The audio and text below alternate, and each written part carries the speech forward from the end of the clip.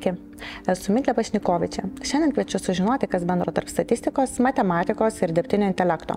Apie tai pasikalbėsime su Vilniaus universiteto matematikos ir informatikos fakulteto absolventu, vienu iš įmonės Exacaster steigėjų Egidijumi Pilypu.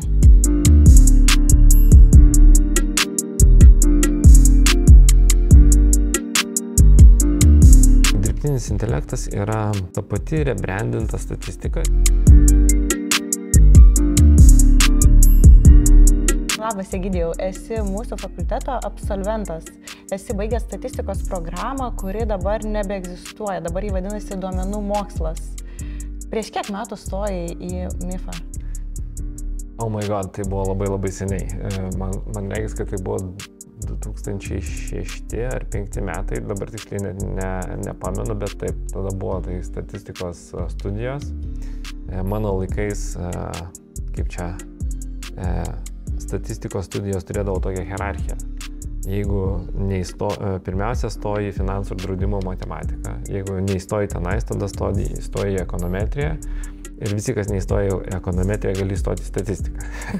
Tai aš taip atsidūriau statistikoje, nes būdavo labai dideli konkursai, ten prisimenu, kad mano tie stojamieji balai jie buvo gan aukšti, bet jau ne elitiniai. Ir baigiai bakalaurą ir po to statistikos magistrą be pertraukos. Aš turėjau iš tikrųjų metų pertrauką, kur išvariau keliauti po pasaulį ir po to grįžau į studijas. Taip, bet abudu pasibaigiau tiek bakalaurą, tiek magistrą tos pačios srities. Ir šiandien aš svečiuosi pas tave įmonę Exacaster, kurios esi vienas kūrėjų ir dabar rinkodaros vadovu. Taip. Kas tai per įmonę, ką jūs darot ir kaip jūs susijusi su tavo studijomis?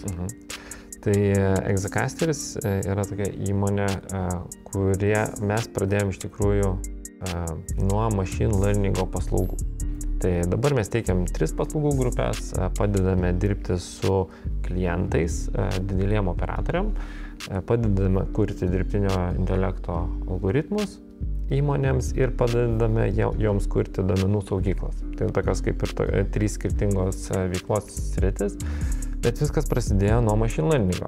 O kaip prasidėjo, tai buvo gan ilga ir visai juokinga istorija, nes mes MIFE, aš turėjau tokį fantastišką dėstytoją, linkėjimai Pranui Vaitkui, mes su juo, aš buvau vienas iš jo studentų, mes su juo susipažinom,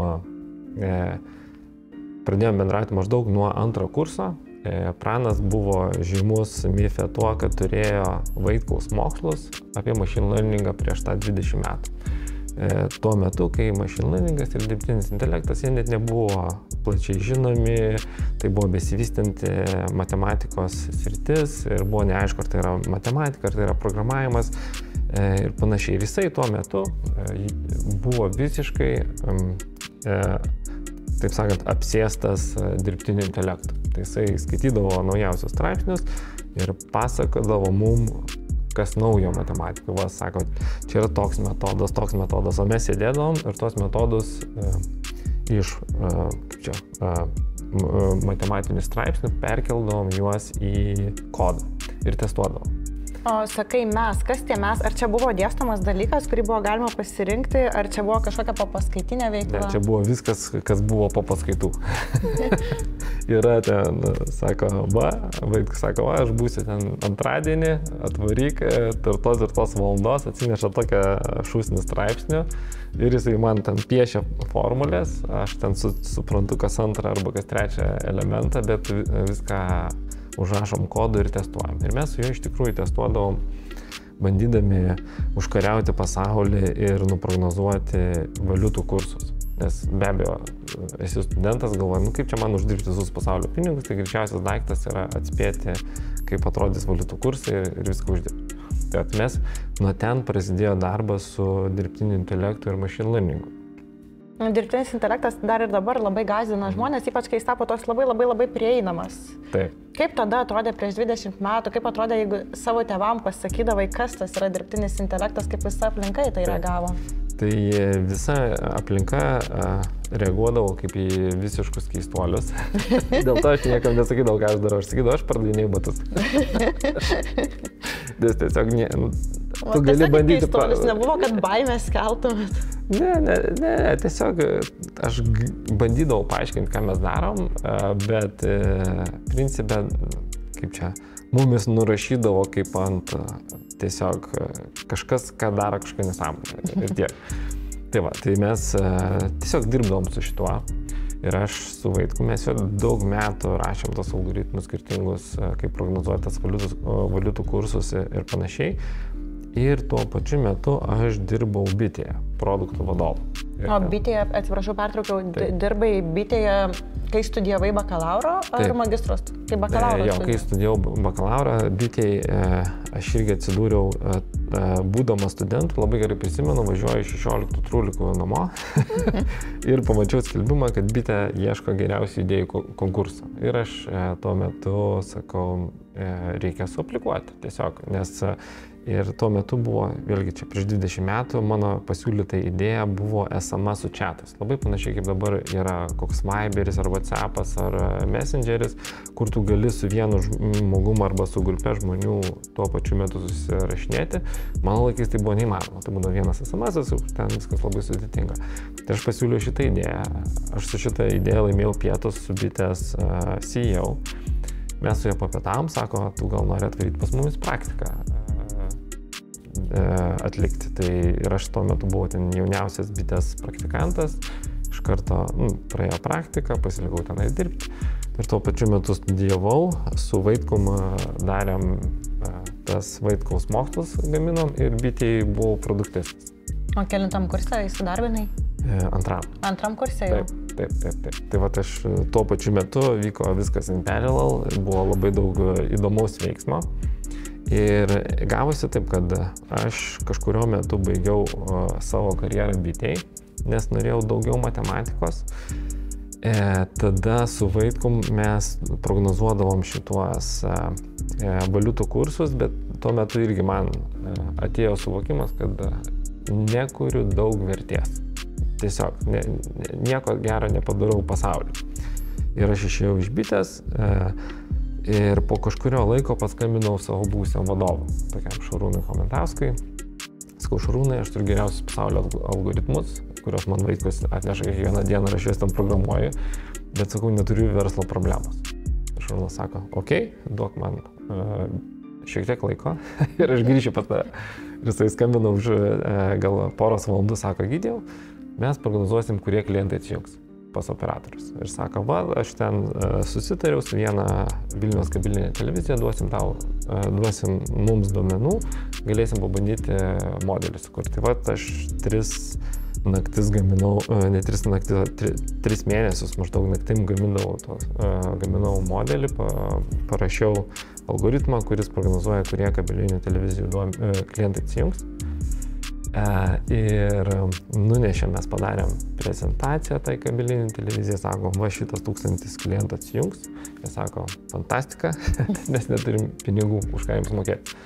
Tada mes pasiėmėm savo prezentaciją, nuvarėme pas Tele2, sakom, mes turim geriausius pasaulio algoritmus, kurie gali nuprognozuoti, kurie jūsų klientai atsijungs.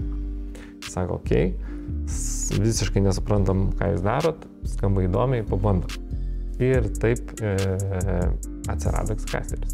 Galima sakyti, kad įstojai į bakalaurą, antram kursą pradėjai dirbti Bitėje, daug dirbai papildomai su dėstytoju ir magistro studijų metu jau turėjai savo įmonę. Taip. Taip ir buvo. Tuo metu mes kaip ir bandėm daug skirtingų dalykų, nes ką darbas su Vaitkum padėjo padaryti, tai yra iš tikrųjų labai greitai leido man susikurti didelį ir platų ratą žinių apie dirbtinį intelektą ir machine learning. O darbas Bitėje davė gerą supratimą, kaip veikia verslas iš tikrųjų ir kokie yra poreikiai ir iš tikrųjų kokia dydžio yra atskirtis tarp to, ką tu mokais universitete ir tai, kas yra reikalinga versle kiekvieną dieną. Nes tą atskirtį reikia suprasti, kokie yra skirtingi kampai ir kaip juos sujungti. Tai man tas darbas ir studijos ir tas, net nežinau kaip čia, laisvalaikis apie matematiką jie leido susidaryti tą gerą vaizdą tam, kad aš galėčiau po to judėti greitai pirmin.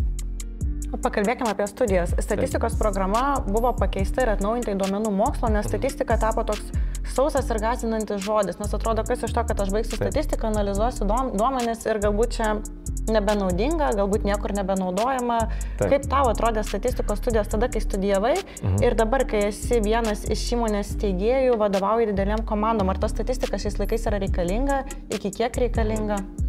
Tai šitai vietai aš galbūt duosiu keletą pjūvių.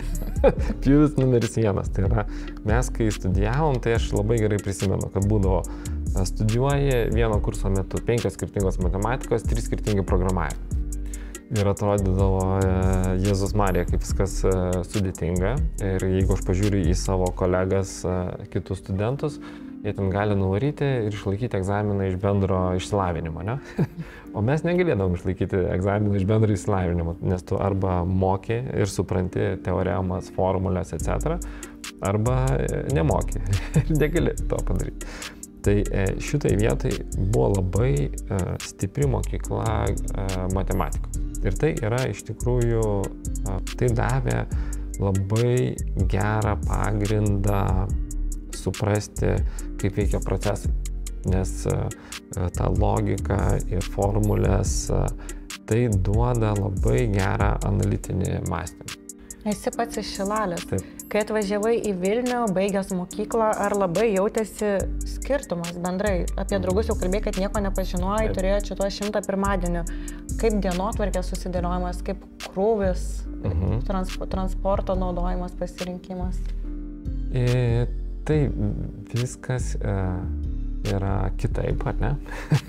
Jeigu taip žiūrint iš karjeros perspektyvos, aš sakyčiau, kad kiekvienam, žiūrint per karjeros pjūvį, ne, yra tokie 3 elementai. Kai tu būni mokyklai, tai mokytojams yra svarbu, kad tu pabaigtum mokyklą gerai. Ne? Jie veda tai už rankas ten kiekvieną pamoką ir sako. Ir tu turi labai aiškius sėkmės kriterijus. Tavo sėkmės kriterijus yra 10, arba 9, arba 8. Turi labai konkretų skaičių. Kiekvieną kartą eini per pamokas ir tave veda. Tada tu atvarai į universitetą ir universitete tu vis dar turi sėkmės kriterijų, kuris sako, arba aš pabaigiau studijas, pabaigiau kursą, nepabaigiau ir kažkokį tai pažymį.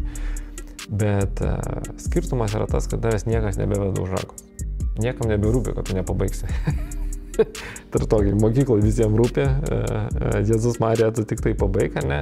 Universitete jau niekam neberūpi, bet tu vis dar turi sėkmės kriterijų.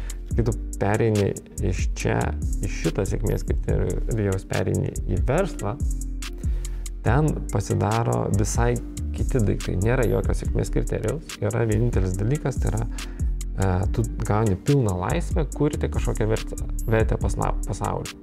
Ir tą sėkmės kriterijų turi susigalvoti pats. Pavyzdžiui, mano sėkmės kriterijus buvo, aš noriu kažką kurti. Ir man reikia laisvės kurti ir jeigu aš turiu laisvę kurti, tai čia yra mano sėkmė. Tai jeigu žiūrint, kas keičiasi, ne?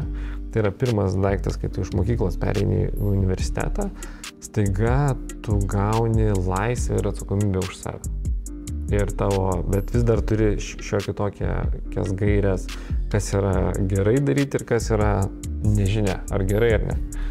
Ir po to, kai tu baigi universitetą, jau tada tau niekas nebesako, čia gerai ar blogai, tiesiog you are on your own.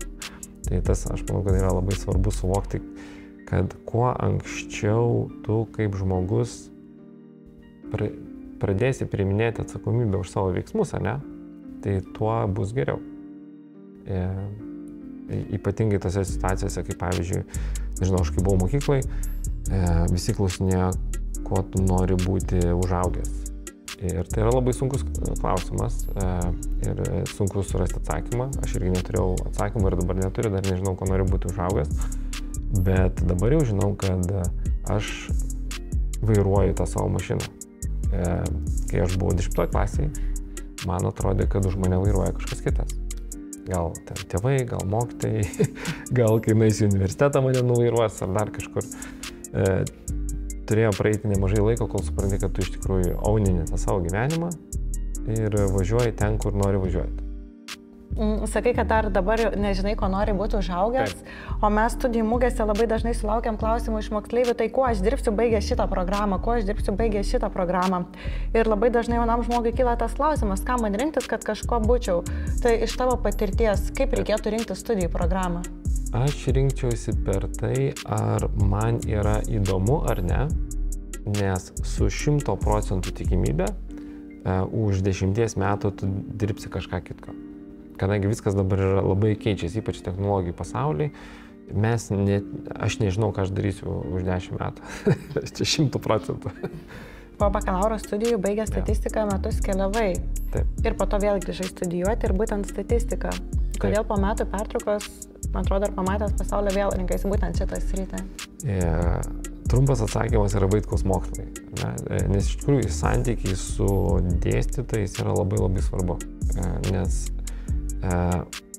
tai, ką tu gauni tiesiog paskaitose, yra vienas lygis, bet jeigu tu sugebi atrasti tą žmogišką santykį su dėstytojais, tu šalia pirmo lygio žinių gausi antrą ir trečią lygį žinių.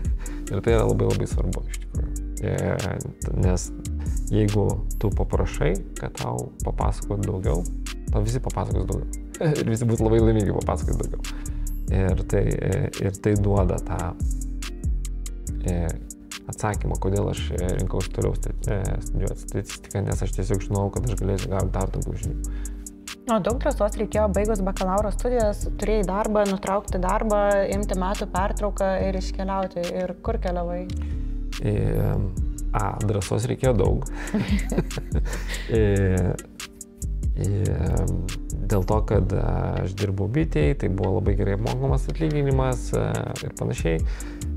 Ir be abejo visi sakė, kaip ir nelabai protinga tai, ką dabar darai. Bet mes tiesiog buvo galimybė, kurią gauni vieną kartą gyvenime. Tai tuo metu Ryanair lėktuvų įmonė, skrydžių bendrovė, jie buvo susigadinę savo įvaizdį. Ir tam įvaizdžiui pagerinti jie paleido 500 000 bilietų už 1 centą. Tai aš ir dar 4 draugai, mes nusprendėm, kad niekada nebus tokios galimybės, kai gali už 10 eurų nusipirkti ten, 10 bilietų orsau ir išmaišyti visą Europą praktiškai nemokamai. Tai mes be abejo nusipirkom tas bilietas, metėmės į savo darbus ir iškeliavom. Ir po to jau, pailsėjom, grįžom su daugiau idėjų, energijos ir kibom jau į kitas veiklas. Žmonės labai bijo to žodžio statistika, nes galvoja, kad tai yra sausa. Ir kur šito darbo žavesys yra? Kas šiame darbe yra modernaus? Ką galime naujo panaudoti, kaip tame pačiame darbe padeda dirbtinis intelektas? Jeigu žiūrint, tai dirbtinis intelektas yra ta pati rebrandinta statistika, yra tiesiog gražesnis, modernesnis paveikslėlis uždėtas ant šitą, ne? Ir pats dirbtinis intelektas šiaip jis yra nereikalingas, jeigu nesprendi kokios nors konkrečios problemos gyvenime, ne? Kaip ir sakė, mūsų pirmo problema, kurią sprendėm, buvo kaip identifikuoti, kurie klientai atsijungs. Ir sėdi ir tada rašai statistinį modelį ir bandai prognozuoti, kurie žmonės atsijungs. Taip pat iš tikrųjų įdomiausia dalis yra ta verslo problema, kurią sprendi, arba šiaip problema, kurią sprendi, o statistika arba dirbtinis intelektas yra vienas iš tų įrankių, kuriuos tau reikia įvaldyti. Nes šalia dirbtinio intelekto reikia įvaldyti didelius duomenis. Nes jeigu darai, pavyzdžiui, modelį veidų atpažinimo, tai didelė tikimybė, kad nuotraukų kiekis, kuris yra reikalingas tavo modelio sukūrimui, netilps į tavo kompą. Tai vadinasi, reikia tau išmokti dirbti su dideliais duomenim. Ir tai tu tą žiūri kaip vieną iš įrankių, kuriuos tu naudoji savo gyvenime. Ir statistika yra labai, arba ir duomenų mokslas, tai yra labai geras įrankių rinkinys. Jis tau įgalina tave veikti įvairius dalykus. Jeigu dabar stotum pats, ko paklaustum ChatGPT, kad padėtų tau nuprognozuoti arba patartų, kur stoti? Aš iš tikrųjų, ką aš dabar padaryčiau, tai paimčiau šitas labai nuobodžiai aprašytas studijų programas ir paprašyčiau ChatGPT išversti į paprastą suprantamą kalbą, kas tenais yra. Nes kai atsidarai ten studijų programą, gerai, diskrečioji matematika, gerai, ką tai reiškia, ar ne, ar ten, pavyzdžiui, statistika, arba ir panašiai. Tiesiog, kad man pradėtų praeiti tą terminų barjerą, ne? Nes tiesiog yra, apskritai moksle yra daug terminų, kurie reiškia labai specifinius dalykus, bet kai tu juos pažiūri iš šono, yra neaišku. Tai aš tiesiog paprašyčiau man paprastai žodžiais paaiškinti, ką reiškia šitos studijos. Man būtų buvo žymiai lengviau. Tikiuosi pasinaudos būsimi studentai patarimą. Ačiū už pokalbį. Ačiū Jums.